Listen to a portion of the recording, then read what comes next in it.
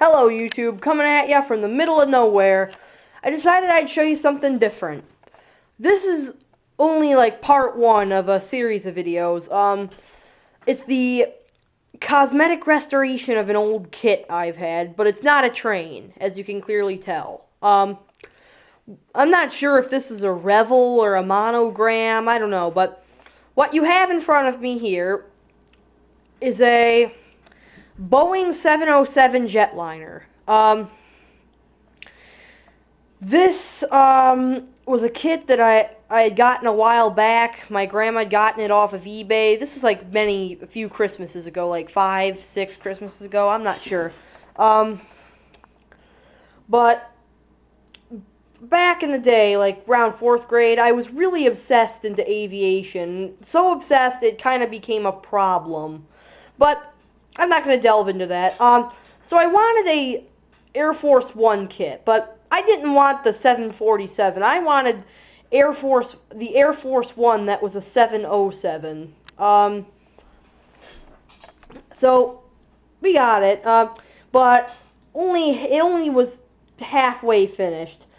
The cockpit part here was a separate piece. When this thing kind of stopped, that thing was just clear plastic, and only the bottom of the plane was painted silver and had decals on, only like poorly put on decals, and the top here was clear.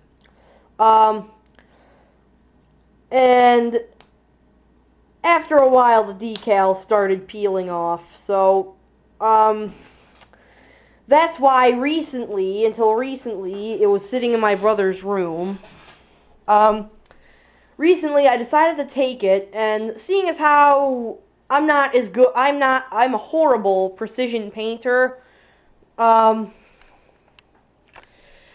decided I would breathe new life into this plane, and paint her all silver and put Air Force markings on her.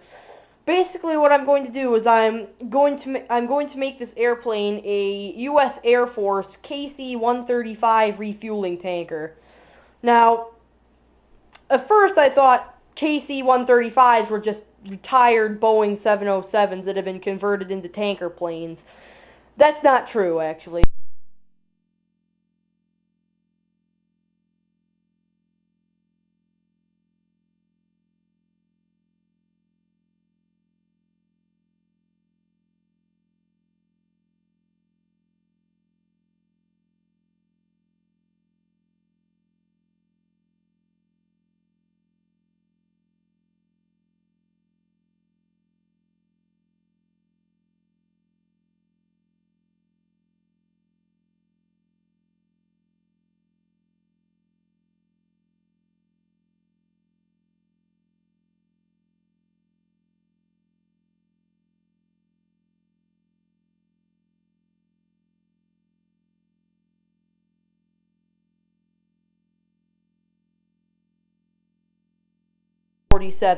This was your 747, a 707. Now,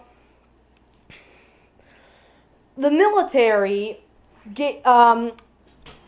receive these kind of planes. You will probably see different variations of these airplanes in the military. Though the U.S. Air Force doesn't use 707s anymore, the U.S. Air Force had quite a diverse range of these kinds of 707s in the military. So, to start off, you have the KC-135 Stratotanker, which was obviously a refueling plane. It was a 707 tanker plane. Then you have the E6 Mercury, which was basically a 707, and for a while, until recently, I thought it was just another kind of refueling tanker, but I found out it's different. It's not a tank. The E6 is not a tanker. It's actually a flying command post. The E3 Sentry is a big 707 with a radar on top. I'm surprised those things can take off, truthfully. With the big weight of that radar on. Radar is probably lightweight, so, but still. And then you have this other plane, which I forgot what it was called, but It was basically a 707 with like a very weird nose. Like it came out to here, and I forgot what that one was called. They had another version of that one where it was just like a regular nose, but they had an air intake at the bottom there. And the last kind of plane that was a 707 based was the Grumman E8 Joint Stars. All those planes have been retired from the military as of 2004. Well, at least I think they're still using some KC-135s, but there's a program out there that's going to replace them. So yeah, when I decided I wanted to do this, there was a few problems. One, there was the decals. That black mark you see right there, those few black spots, those are the old decals. A lot of the decals would not come off, so there was a problem. Secondly, there was trying not to get paint where you didn't want it to go. Yeah, that was kind of a problem, as you could tell here and here. But either way, those were just slight adversaries. Other than that, I've gotten the plane done so far, paint-wise. I'm already starting to work on the windshield, but I'm using magic marker to do the windshield, like permanent marker. Because I tried it with paint a few times. It did not end well. It ended disastrously. A few things I've left on this plane from the original Air Force One, messed up Air Force One, I should say, was the blue U.S. Air Force writing on the edges of the wings, and the original silver paint on the bottom.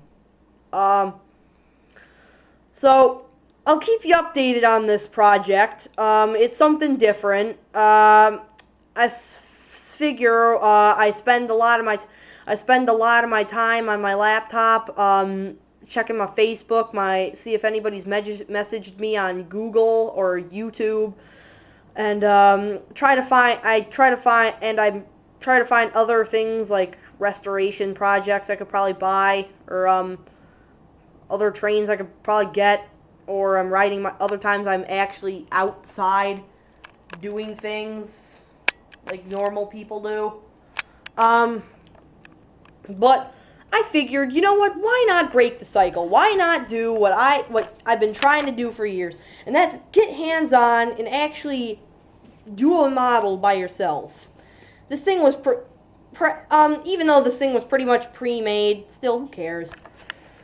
So pretty much what's going to be done is the added details, like the windshield, like the finishing up of the windshield, and adding the small windows wherever they're needed on the side of the plane, and adding the U.S. Air Force logo.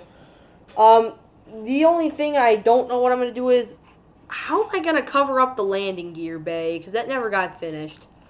Another thing I'm probably going to face is, KC-135s have a refueling thingy on the back of the plane that connects up to a fighter jet.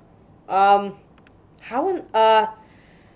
question is, how am I going to get one of those, and how am I going to put it on the back of this thing? So, anyways, those are questions that do not need to be asked right now. So, anyhow, I will keep you updated with more videos of this 707 KC-135 project. Anyhow, this is Brandon Reed, signing off, and please like, comment, subscribe, and stay tuned.